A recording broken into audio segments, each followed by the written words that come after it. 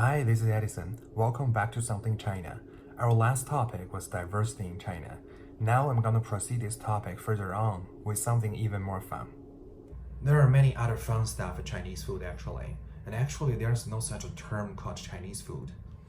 The Chinese food you grab from Chinatown or Panda Express are mostly dumbed down version of Chinese food, which is not original. Okay, and there are many different styles and branches of food under the name of Chinese food. Sichuan style, Cantonese style, Hunan style, and Fujianese style, Shanghai style, Peking style, blah blah blah.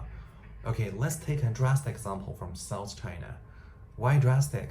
You'll figure it out. You'll feel why it's drastic. People in Sichuan and Hunan province love to eat spicy food, right? But why spicy? When we firstly taste something spicy, I think it's more like kind of torture rather than enjoyment. But why do people eat it? There's kind of historical background behind it. A long time ago in ancient China, there were only devastated lands in South China. There weren't many people living there, but gradually, along with the warfare breaking out in North China, people just started to migrate southward. When they firstly settled down there in the south, they just realized the air humidity is so high, was so high, also high now. So they can't sweat themselves. You can feel it when the air humidity is high. The air no longer take away the extra liquid on our skin surface.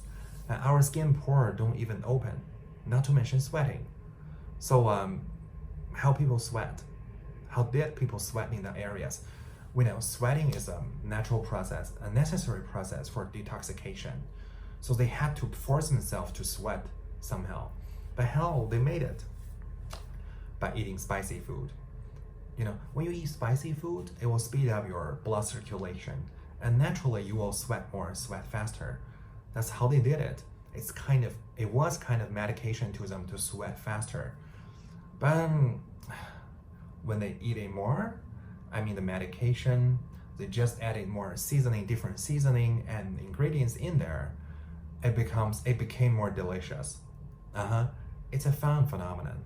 Medication becomes something delicious, and people now enjoy it. It's the same everywhere. No one likes to take pills, but if you are forced to take pills every single day, and you just gradually get used to it, and there are many different pills in different colors, in different flavors, I think you will enjoy it too. But when it comes to North China, the food is a little bit oilier and saltier. Why? When it comes to salty, it's mostly about sodium.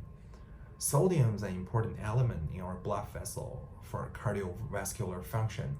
It can be too much, it can be too little, but we need it anyway. But why in the north is stronger? More salty, more sodium in the food. There's usually a long winter in North China, but people still have to wake up, have to step outside to hunt for food, to grab some food resources. No one wants to get out in the cold winter, but they need something to wake themselves up. They need something to encourage themselves to work outside. So sodium serve as a kind of incentive for them to fresh up. You should try it. When you eat a lot of salty food, the sodium in your blood vessel will make yourself naturally more energetic and powerful. You feel yourself more powerful. Now let's get back to the original topic of competition and population density. The population density in the south is bigger, like I told you. Of course, it's more competitive in the south, no matter in villages or in cities. That's why people in the south tend to focus more on their families. One single person cannot overcome all the difficulties in life.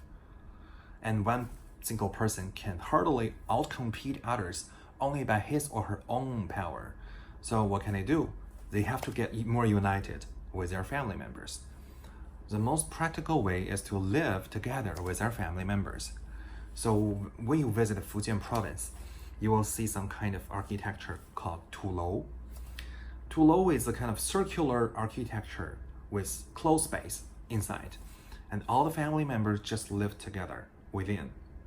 To the outside, it serves like a kind of castle, but to the inside, people share everything: water resource, stories, gossip, and life experience.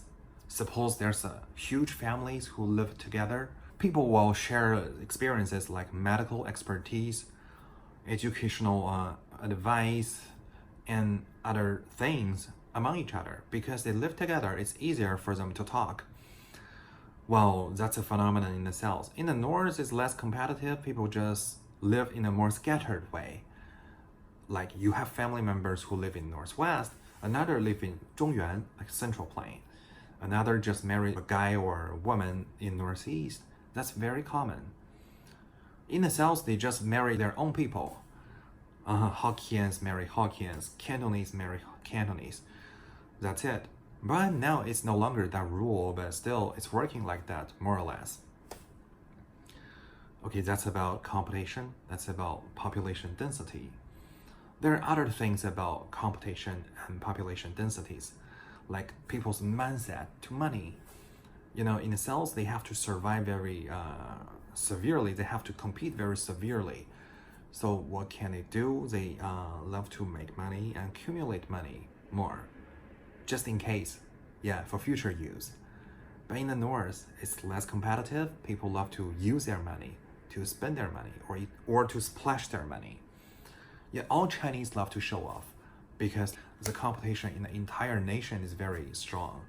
So once you're successful, you love to tell people you are the one who gets successful by showing off your money, fancy cars, and fancy houses. That's it. But in the South, it's more conservative because they have to accumulate the money, save the money for future use, for future competition against others, to protect themselves. But in the North, people just love to spend it or to spend it all. Like 20 years ago, when people had money, there was contrasting examples between Shanghai and Beijing. Shanghai needs to just save the money to buy properties. Well, now you see the huge uprise of property prices. They win a lot. But in the North, people in Beijing just spend their money on automobiles. They love to enjoy life. They love to show off to people, wow, I bought a new convertible or some imported cars. This is the end of the video. If you like it, don't forget to subscribe and spread it. Further interactions and questions are welcome through emails. This is my email address. Bye.